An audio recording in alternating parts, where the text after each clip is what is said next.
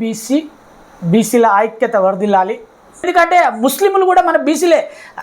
నేను చెప్తున్నా, రజాకార్ల ఉద్యమం అప్పుడు నిజాం ఏం చేసిందంటే రజాకార్ మూమెంట్ పెట్టి నా బీసీ బిడ్డలే వాళ్ళంతా కూడా కుమ్మరోళ్ళు, కమ్మరోళ్ళు, మరియు నా వడ్ల వాళ్ళు, ఇట్లా నా గౌడన్నలు, ఇట్లా నా యాదవ్ అన్నలు. అప్పుడు అణచివేత అనేది భయంకరమైన అణచివేత ఉంటుండే రజాకార్ల పీరియడ్, నిజాం పీరియడ్లో.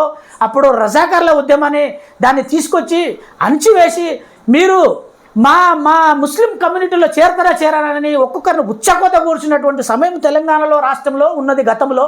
దాదాపు అటువంటి వాళ్ళంతా కన్వర్ట్ అయ్యి అలా వాళ్ళని ఏం చేశారంటే చెట్టుకొకడు గుట్టకొకడు ఇట్లా రకరకాలుగా ఉండే వాళ్ళనందరినీ వాళ్ళు కూడా ఆర్థికంగా ఎదగాలని బీసీఈ కింద చేర్చడం జరిగింది.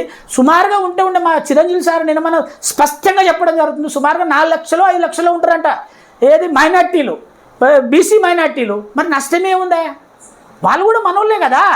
దాన్ని అడ్డం పెట్టుకొని ఒక ఆయన బండి సంజయ్ ఒక మాట, మేము అడ్డమే పడతాం, తెలంగాణ రాష్ట్రంలో ఉన్న జనాభా ఆధారితంగా మాట్లాడాలి కానీ వివిధ పక్క రాష్ట్రాల గురించి గాడ ముస్లింలకు ఇచ్చారు రిజర్వేషన్, ఆడ ముస్లిం ఆడ అక్కడ ఇచ్చేటోడు వాడు ఇస్తాడా? నరేంద్ర మోడీ గుజరాత్లో కూడా ముస్లిం రిజర్వేషన్ ఉందంట. మరి తెలంగాణ రాష్ట్రంలో ఇప్పుడు ఈడ జనాభా ఎవరిదా? ఎంత అధ్వానమైన పరిస్థితి అంటే మన బీసీల జనాభా ఎక్కువ ఉంటుంది, మైనార్టీ జనాభా ఉన్నట్టు ఎంత ఉందా? రెడ్డి సామాజిక వర్గం సుమారుగా ఉంటే 8 లక్షలు 10 లక్షలు ఉంటుంది జనాభా.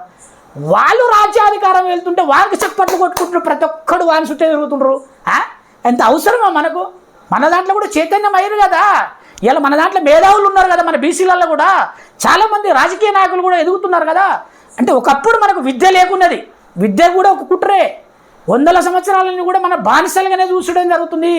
మన తాతలు మన నాయనలు చాలా వరకు అనుభవించడం జరిగింది. ఊర్లో ఉన్నటువంటి ఒక పటేలు ఒక రెడ్డి సామాజిక వర్గం అతన్ని ఒక్కడు చదువుకోవడం జరిగేది. ఒక్కడు చదువుకుంటేనే మనమే అనుకునే ఎగ్జాంపుల్గా మేము చిన్నగా ఉన్నప్పుడు కూడా మేము అనుభవించినాం. ఊర్లో ఒక్కడు చదువుకుంటే, ఒక రెడ్డి సామాజిక వర్గం చదువుకుంటే, అరే ఆ పటేల్ని మనం ఏమన్నా అంటే, అరే ఆయనతో పని పడుతుండొచ్చు, అరే ఆయన చదువుకున్నాడు, మన ఊర్లో కొంచెం ఇంతో అంత మనకు చదువుకున్నాడు కాబట్టి ఏదైనా సమయం వచ్చినప్పుడు పని పడుతుందేమో ఎందుకులే అని మనం ఏమనిపోయింది. అట్లా దానాశనం చేసుకొని వాళ్ళని అణిచివేసి సాకలోళ్ళని బట్టలు తిప్పించుకోవడము, మంగళోళ్ళని వాడుకోవడము, వాళ్ళకి ఎటువంటి పన్నులు విపరీతమైన పన్నులు వేసి రకరకాలుగా ఇబ్బంది పెట్టి గతంలో. ఇప్పుడు ఏముందా? నా మంగళి సోదరులు కత్తి పట్టుకొని ఇప్పుడు రెడీ ఊరు. మీరు ఒకవేళ 42% అంటారు కానీ మా జనాభా ఎంత ఉందో, మా జనాభా ఆధారితంగా మాకు 2.5 కోట్ల జనాభా అంటే 62% రిజర్వేషన్ రావాల్సిందే. అది బీసీల హక్కు. 10 లక్షల్లో ఉన్న జనాభా ఉన్నటువంటి సామాజిక వర్గం కొట్లాడుతుంటే మరి బీసీలో 2.5 కోట్ల జనాభా ఉన్నటువంటి బీసీలో ఎందుకు కొట్లాడమా? మేము చేతగానలమా? దద్దమ్మలమా? మేము మాకు కూడా పౌరుషం ఉంది, మేము కూడా బీసీలం అంటే ఇలా నా గౌడ సోదరులు, ఇలా నా బీసీలలో యాదవ సోదరులు, ఇలా మునూరు కాపు సోదరులు, ఇలా బీసీలలో ఇలా దమ్మున్నటువంటి కులాలు చాలా ఉన్నాయి. మళ్ళా నా ముదిరాజు కులం ఉన్నది, ఇలా చాలా కులాలు ఉన్నాయి. మావి కూడా బీసీలలో 136 కులాలు ఉన్నాయి. ఇలా నా కమ్మరి సోదరులు కానీ, కుమ్మరి సోదరులు కానీ, మరియు నా రజక సోదరులు కానీ ఎక్కడ పడితే అక్కడ రానున్న రోజులలో బీసీ ఉద్యమం అనేది ఉధృతంగా నడుస్తుంది. మీరు ఒకవేళ ఇయ్యలేదనుకో, నిన్నమనే మీరు ఇప్పుడు చెప్తున్న రాజకీయ పార్టీలకు ఉనికి అనేది లేదు. ఇలా బీసీలో ఓట్లు లేకపోతే ఏ రాజకీయ పార్టీకి, ఇలా కాంగ్రెస్ పార్టీకి ఉనికి లేదు, ఇలా బీజేపీ పార్టీకి ఉనికి లేదు, ఇలా బీఆర్ఎస్ పార్టీకి ఉనికి లేదు. వాళ్ళకి అర్థమైపోయి ఇలా బీసీ ఉద్యమం చుట్టూ తిరుగుతారు అంత రాజకీయ నాయకులు మొత్తం. ఇలా ఓసీ రాజకీయ నాయకులు ఏం చేస్తారంటే బీసీ రాజకీయ నాయకులు పంపి వాళ్ళని మళ్ళీ మోసం చేస్తారు. కుట్ర, ఇది ఒక కుట్రనే. ఇప్పుడు మన బీసీ బంధు ఉద్యమం జరిగిందా? ఒక్కడన్నా అధ్యక్షుడు ఎవడన్నా పాల్గొన్నాడా? ఇలా పార్టీకి ప్రెసిడెంట్లు ఎవరురా? పార్టీ ప్రెసిడెంట్లు ఎక్కడన్నా పనుకున్నారా? నా బీసీ లీడర్లో పాల్గొన్నారు. ఇలా రెడ్డి సామాజిక వర్గం సంబంధించినటువంటి పార్టీల అధ్యక్షులు ఎవడన్నా పాల్గొన్నాడా? ఎవడు పాల్గొనలేరు. ఎందుకంటే బీసీల గురించి మాట్లాడరు కదా. బీసీల ఓట్లు కావాలంతే. బీసీలకు రిజర్వేషన్ ఇస్తే మనం లేకపోతే వాళ్ళదేమన్నా గుంజుకుంటున్నామా? వాళ్ళ భూములు గుంజుకుంటున్నామా? లేకపోతే వాళ్ళ విద్యా సంస్థలు గుంజుకుంటున్నామా? వాళ్ళ హాస్పిటల్ రెడ్డి సామాజిక వర్గం హాస్పిటల్ గుంజుకుంటున్నామా? లేకపోతే వాళ్ళ రెడ్డి సామాజిక వర్గాన్ని వెలుమ సామాజిక వర్గాన్ని ఇంజనీరింగ్ కాలేజీలు గుంజుకుంటున్నామా? లేకపోతే వాళ్ళ భూములు లాక్కుంటున్నామా? మనం ఏమన్నా వాళ్ళ పరిశ్రమలు ఏమైనా లాక్కుంటున్నామా? ఇట్లా మన దాంట్లో మనకే చిచ్చులు పెట్టడం. యాదవులు కాకపోతే కుర్మలకు, కుర్మలు కాకపోతే గౌడ్స్కి, గౌడ్స్ కాకపోతే మునురు కాకపోతే ముదురాజులకు కాకపోతే పద్మశాలకు కాకపోతే నా రజక బిడ్డలకు కాకపోతే నా విశ్వకర్మ బిడ్డలకు యావత్తు తెలంగాణ రాష్ట్రంలో ఉన్నటువంటి 136 కులాల మధ్యలో చిచ్చులు పెట్టి ఇలా రాజ్యాధికారాన్ని సాధించాలనుకుంటున్నారు. అటువంటి కుట్రను జరగకుండా మనమందరం యావత్తు తెలంగాణ రాష్ట్రంలో ఉన్నటువంటి ఎస్సీ, ఎస్టీ, బీసీలు అందరు కలిసికట్టుగా పనిచేసినప్పుడే రాజ్యాధికారం సాధ్యమవుతుంది.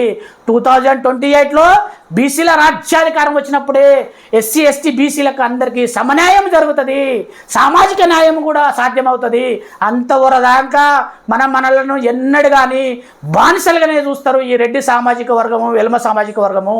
మనల్ని ఎప్పుడు కానీ వాడుకోవాలనే చూస్తారు. కాబట్టి నా బీసీ సోదరులారా, తెలంగాణ రాష్ట్రంలో ఉన్నటువంటి నా 2.5 కోట్ల బీసీ సోదరులారా, ఆలోచన చేయండి.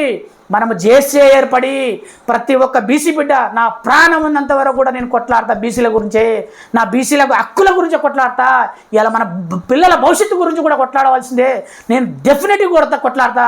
నేను ఒక శ్రీరాములు గౌడ్గా నేను మలిదశ ఉద్యమంలో ఇప్పుడు సంవత్సర కాలం నుంచి బీసీ ఉద్యమంలో ఎక్కడ ఏ బంధుజీ పిలిపించినా కానీ, నా శక్తి మేరకు ఎక్కడ ధర్నా జరిగినా కానీ, ఎక్కడ నిరాహార దీక్ష జరిగినా కానీ, నేను తెలంగాణ రాష్ట్రంలో ఎక్కడ పోయినా కానీ, ఏ స్టేజ్ మీద కానీ నా బీసీ వాదాన్ని నేను వినిపెడుతున్నా. నేను ఇలా నా బీసీలు ఇంకా చైతన్యం కావాలని నేను కోరుకుంటున్నా. ఇంకా కూడా మనము చైతన్యం కావాల్సిన సమయం ఆసన్నమైంది. ఇంకెన్ని రోజులు వాళ్ళ కింద మనము ఉండకూడదు, రెడ్డి సామాజిక వర్గం కింద పనిచేయకూడదు.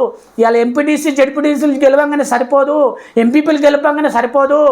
ఎందుకంటే నేను ఎందుకు చెప్తున్నానంటే, మనము గెలవాలంటే ఎమ్మెల్యేలు గెలవాల్సిన అవసరం ఆసన్నమైంది. ఫస్ట్ ఎమ్మెల్యేలు గెలవాలి. ఎంపీలు గెలిస్తే మనము చట్టాలు తయారు చేసుకోగలుగుతాము. మనము రాజ్యాధికారము మన చేతులకు వస్తుంది. మన గుప్పిట్లో రాజ్యాధికారం ఉంటే మనము చట్టాలు మన పబ్లిక్కు సంబంధించిన, మన బీసీలకు సంబంధించినటువంటి చట్టాలను తీసుకురావచ్చు, మన ఎస్సీ, ఎస్టీలకు సంబంధించినటువంటి చట్టాలు తీసుకురావచ్చు.